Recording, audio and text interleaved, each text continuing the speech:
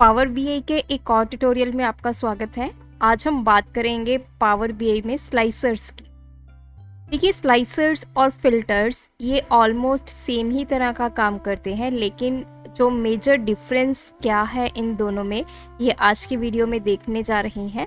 और हम ये भी सीखेंगे कि कैसे आप अपने विजुअल्स के ऊपर text slicer, date slicer and number slicers को अप्लाई कर सकते हैं। स्लाइसर्स की हेल्प से आपके जो विजुअल्स हैं उसमें आप इजीली फिल्टर आउट डेटा कर सकते हैं। मैं शालिनी स्वागत करती हूं आपका लर्नर्स एकेडमी में। चलिए इस ट्यूटोरियल को स्टार्ट करते हैं और स्लाइसर्स की इंफॉर्मेशन को कलेक्ट करते हैं।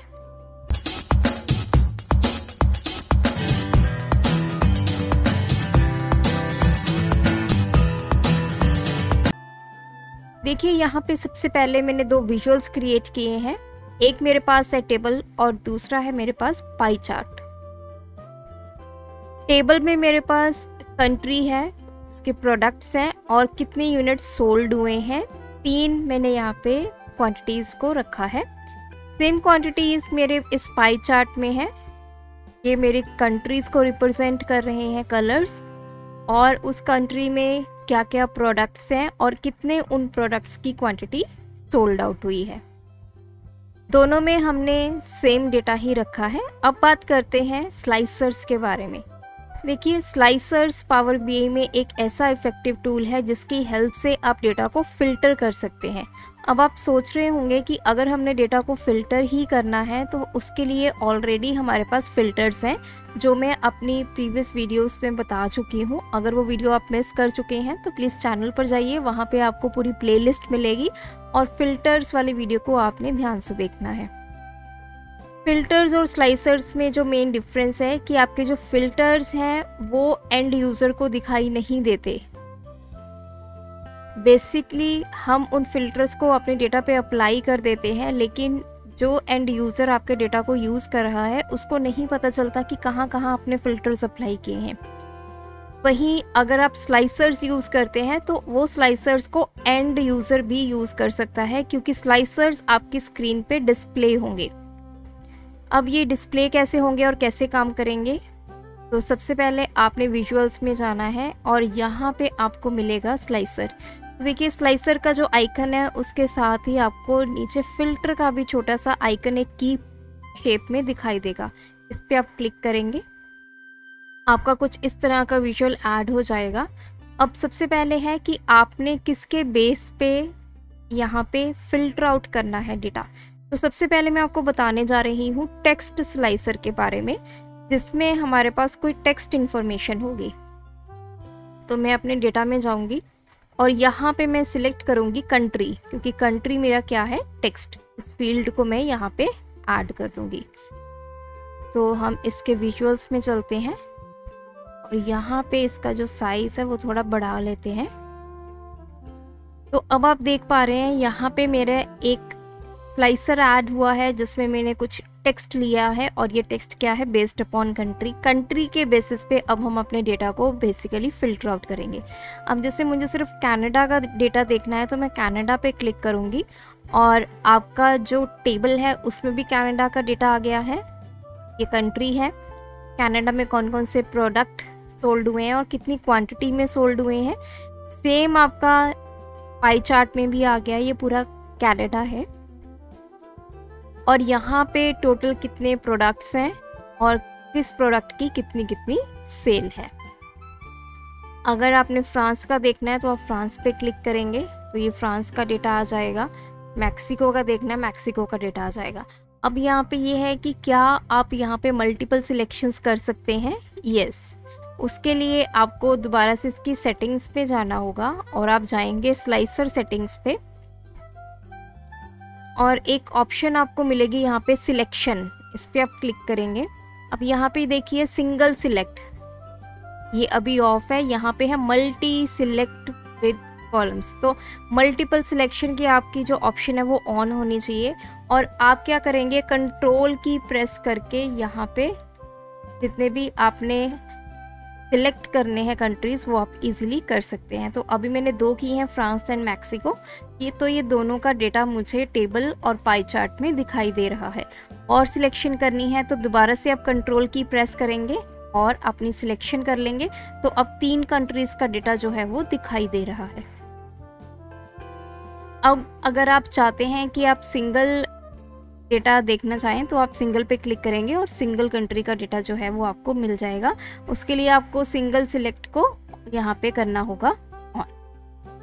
अब आते हैं कि आपके ये जो स्लाइसर है इसका जो स्टाइल है अभी वर्टिकली लिस्ट है, तो इसको आप चेंज करना चाहते हैं तो 3 ऑप्शंस है, उसका list, style and drop down पे क्लिक करेंगे तो ये यहाँ पे एक ड्रॉप डाउन मेन्यू बन जाएगा और यहाँ से आप किसी कंट्री का डेटा सिलेक्ट करेंगे और वो पर्टिकुलर डेटा आपके विजुअल्स में रिप्रेजेंट होगा। नेक्स्ट है टाइल। देखिए कुछ इस तरह से आपका डेटा आएगा। आप इसको इस तरह से एक्सपैंड भी कर सकते हैं जितना आप करना चाहें। तो इस तरह का विजुअल आपकी स्क्रीन पे आ जाएगा। जैसे जैसे आप इन पे क्लिक करते जाएंगे और वो डेटा आपके ऊपर विजुअल्स में कंप्लीटली आता जाएगा। तो ये होता है फंक्शन स्लाइसर का। अब बात करेंगे डेट स्लाइसर की। ये तो हुआ हमारा टेक्स्ट स्लाइसर। तो आपने स्लाइसर को सिलेक्ट करना है। इसको मैं वापस अभी वर्टिकल लिस्ट कर देती हूँ।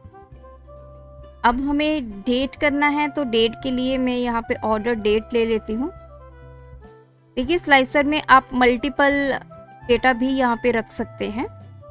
तो अभी मैंने ऑर्डर डेट ले ली है तो देखिए ये सारी डेट्स आ गई हैं। जिस डेट का भी मुझे डेटा चाहिए 11 जनवरी का, तो टोटल 11 जनवरी का जो डेटा है वो यहाँ पे आ चुका है, देख सकते हैं। तो 13 जनवरी को 2 जगह पे सेल हुई है, एक फ्रांस और एक जर्मनी प्रोडक्ट हैं, कितने यूनिट सेल हुए हैं।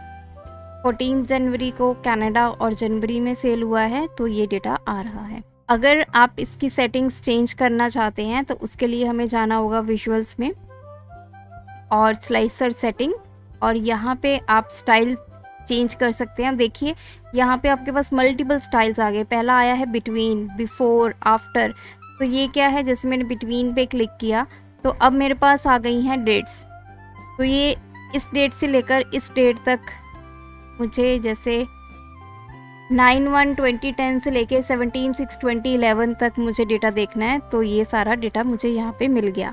सिमिलरली आपको यहाँ से डेट सिलेक्ट करनी होगी और जब भी डेट आप यहाँ से सिलेक्ट करेंगे उस पर्टिकुलर डेट में जो जो सेल हुई है, किस कंट्री में हुई है, कितनी सेल हुई है, वो आपको विजुअल्स में दिखाई देगा। इसी तरह आप बिफोर एंड आफ्टर भी सिलेक्ट कर सकते हैं। अगर आप बिफोर करेंगे तो आपके पास एक डेट आ गई है, उससे पहले वाली डेट आपको खुद यहाँ पे देखिए इस तरह से आपको सिलेक्ट करना है। तो स्टार्टिंग डेट से लेके यहाँ तक जितना भी रिकॉर्ड होगा वो आपके विजुअल्स में दिखाई देगा। तो इस तरह से आप यहाँ से जो स्टाइल है वो सिलेक्ट कर सकते हैं। नेक्स्ट हम बढ़ते हैं नंबर स्लाइसर पे। तो नंबर स्लाइसर के लिए हमें वापस जाना होगा, स्लाइसर अपना सिलेक्ट करेंगे। अब यहाँ से ऑर्डर डेट हटा देंगे। नंबर है तो मैं यहाँ पे क्वांटिटी ले लेती हूँ, यूनिट सोल्ड। तो ये भी देखिए एक रेंज में आ गया है। तो इसकी सेटिंग्स में जाएंगे, स्लाइसर सेटिंग्स, और यहाँ पे हमारे पास ऑप्शन है लेस देन और इक्वल टू या बिटवीन, जो भी आप यहाँ पे लेना चाहते हैं। तो एक रेंज है कि इस यूनिट सोल्ड से लेके इस यूनिट सोल्ड के विद इन जितना भी हमारा डेटा है वो विजुअल्स में आ जाए। तो यहाँ से आप इनको चेंज कर सकते हैं। तो मैं पहले तो थोड़ा सा इसकी वैल्यूज को बढ़ा देती हूँ ताकि क्लियर हो जाए आपको। तो देखिए अब आपकी यूनिट सोल्ड है 179102 से लेकर 287045 तक। अगर ये रेंज में इस तरह बढ़ा देती हूँ तो आपका ये जो डेटा है वो भी ऑटोमेटिकली चेंज हो जाएगा।